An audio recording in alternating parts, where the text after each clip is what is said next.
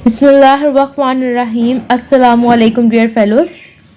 आज की हमारी प्रॉब्लम है 6.10। A countable union of finite sets is countable.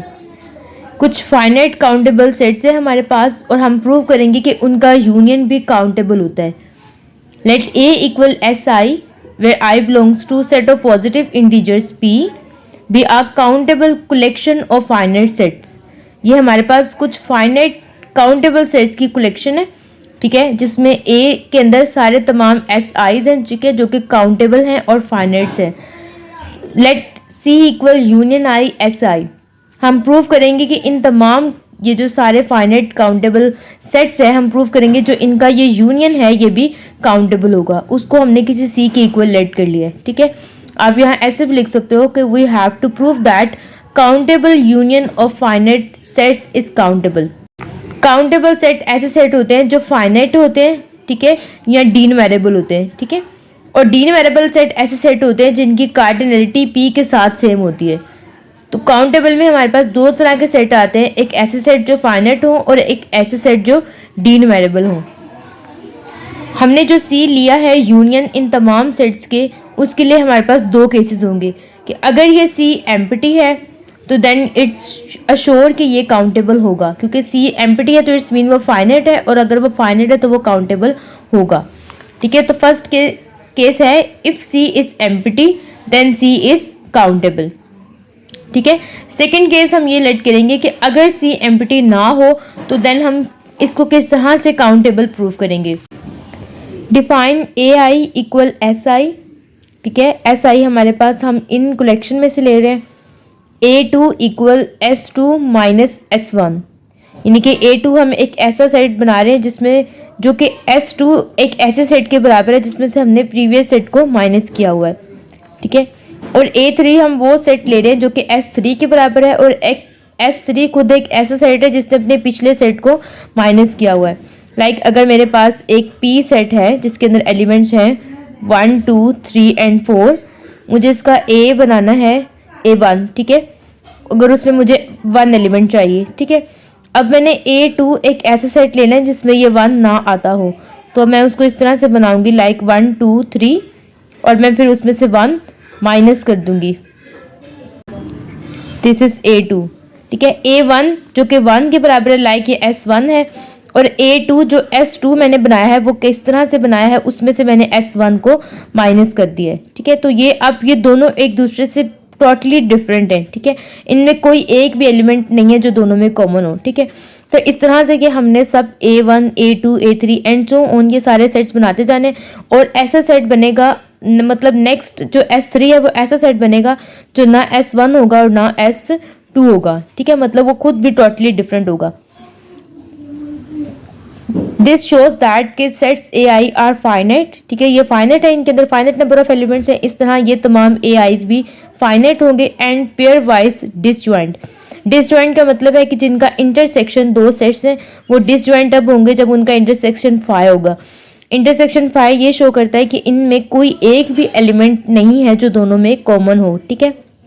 और पेयर वाइज के मतलब अगर हम A1 और A2 को कंपेयर करें तो भी ये डिसजॉइंट है, अगर हम A1 A3 को कंपेयर कर रहे हैं तब भी ये डिसजॉइंट है, अगर हम A2 को A3 से कंपेयर कर रहे हैं तब भी ये डिसजॉइंट है। इस तरह किसी भी पेयर को जब हम कंपेयर करेंगे तो वो डिसजॉइंट होंगे, मतलब उनमें कोई एक भी एलिमेंट कॉमन नहीं होगा। अब हम से A1 हम ले लेते हैं जिसमें एलिमेंट्स हैं A11 A12 and up to so on A1N1, ठीक है। A2 हमने सेट ले लिया A21 A22 up to so on A2N2 and so on AN तक। अब हम यहाँ पे क्या देख रहे हैं, जैसे A1 है तो इनका फर्स्ट जो एलिमेंट है इंडेक्स का 1 वो सेम रह रहा है, ठीक है। अगर A2 हमने लिया है तो जो इसका फर्स्ट है A2 ये सो ऑन A2 ये सेम है, ठीक है। इस तरह अगर AN भी हमने लिया है तो N ये सब का सेम रह रहा है, ठीक है। तो ये सारे जो है A1 A2 so on AN है, ये सब आपस में पेयर वाइज डिसजॉइंट है। अब हमने इन तमाम AI की यूनियन ले ली है, ठीक है। Then the union B equal union i AI can be written as a sequence as follows. अगर मैं इन तमाम AIs की यूनियन को एक सेट B के इक्वल कह रही हूँ तो उसको मैं कुछ इस तरह से लिखूंगी ये यूनियन में सबसे पहले A1 सेट आएगा, तो ये सारे हमने A1 सेट के एलिमेंट्स लिख लिए, ठीक है। नेक्स्ट A2 के एलिमेंट्स लिखने के लिए एक कॉलन आएगा और A2 के सारे एलिमेंट्स आ जाएंगे A2 N2 तक, ठीक है।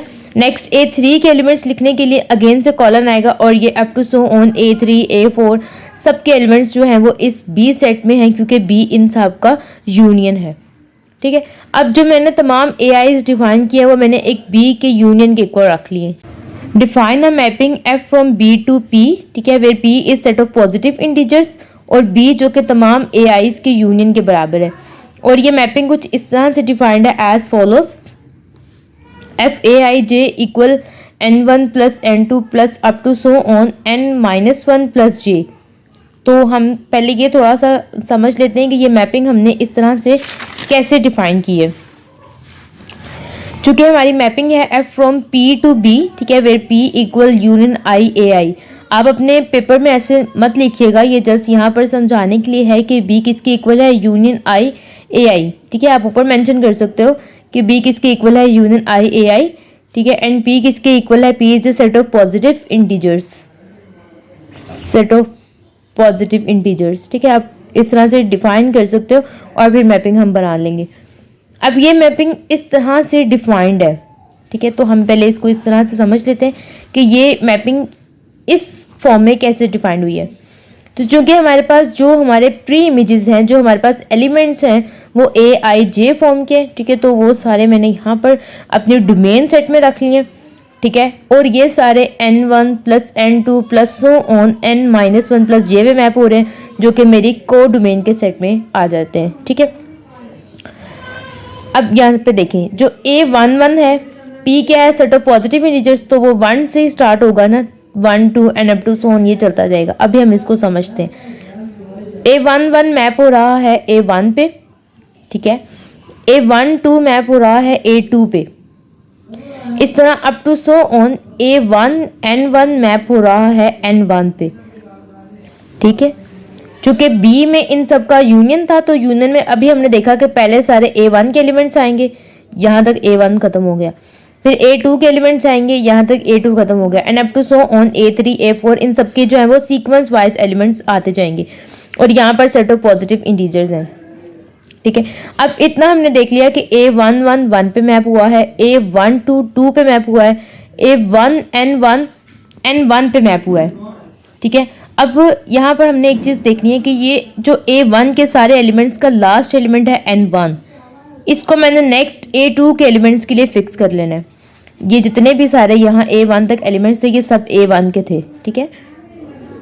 अब नेक्स्ट यहाँ A21 से A2 के एलिमेंट्स स्टार्ट हो रहे हैं, तो A2 के एलिमेंट्स मैप करने के लिए जो यहाँ का सबसे लास्ट एलिमेंट और बाकी सब ऐसे ही, जैसे A2 है ना, तो A2 के लिए हमने N1 फिक्स कर लिया और 1 मतलब 1 पे मैप होगा, ठीक है।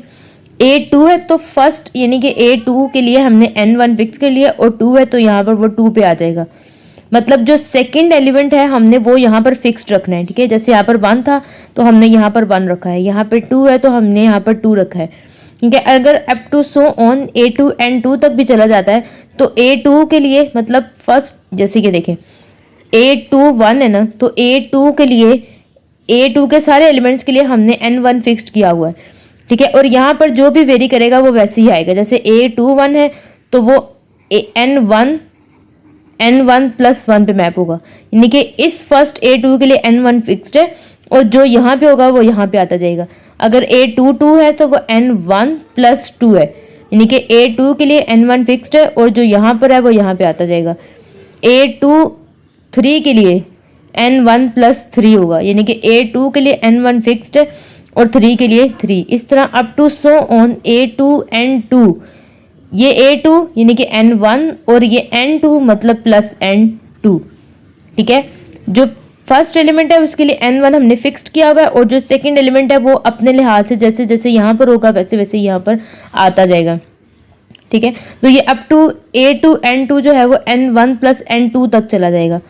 अब हमने यहाँ से हमारे स्टार्ट हो जाते हैं A3 के एलिमेंट्स। A3 के एलिमेंट्स के लिए फिर हमने वही करना है कि जो इसका लास्ट एलिमेंट आया था N1 प्लस N2, अब हमने नेक्स्ट A3 के एलिमेंट्स के लिए वो फिक्स्ड कर लेना है N1 प्लस N2, ठीक है।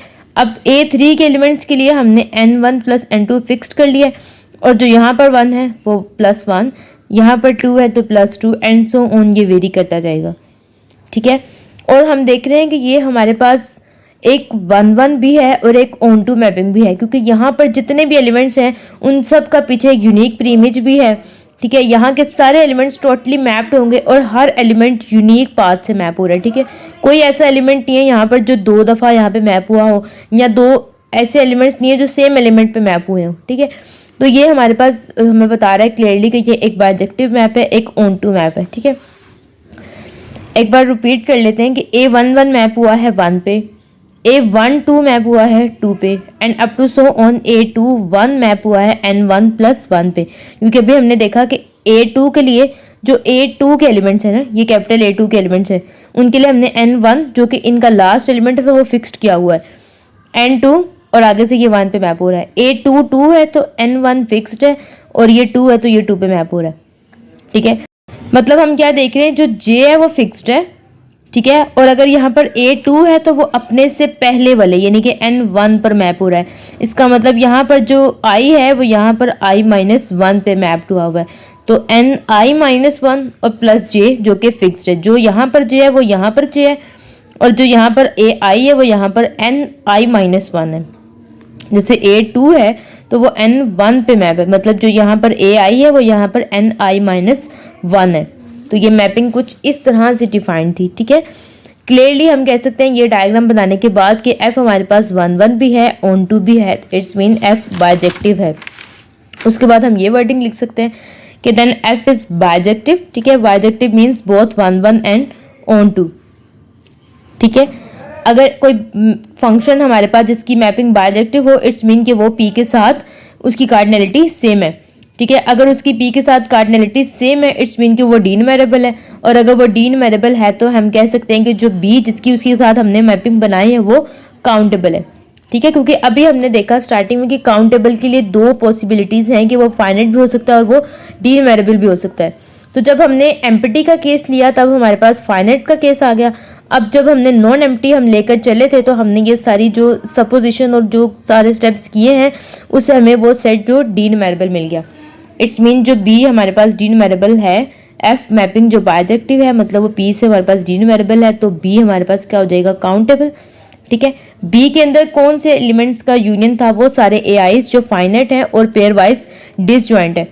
तो हम कह सकते हैं कि B is also the union of sets in A that is B equal C, कि B इन तमाम AIs का यूनियन था।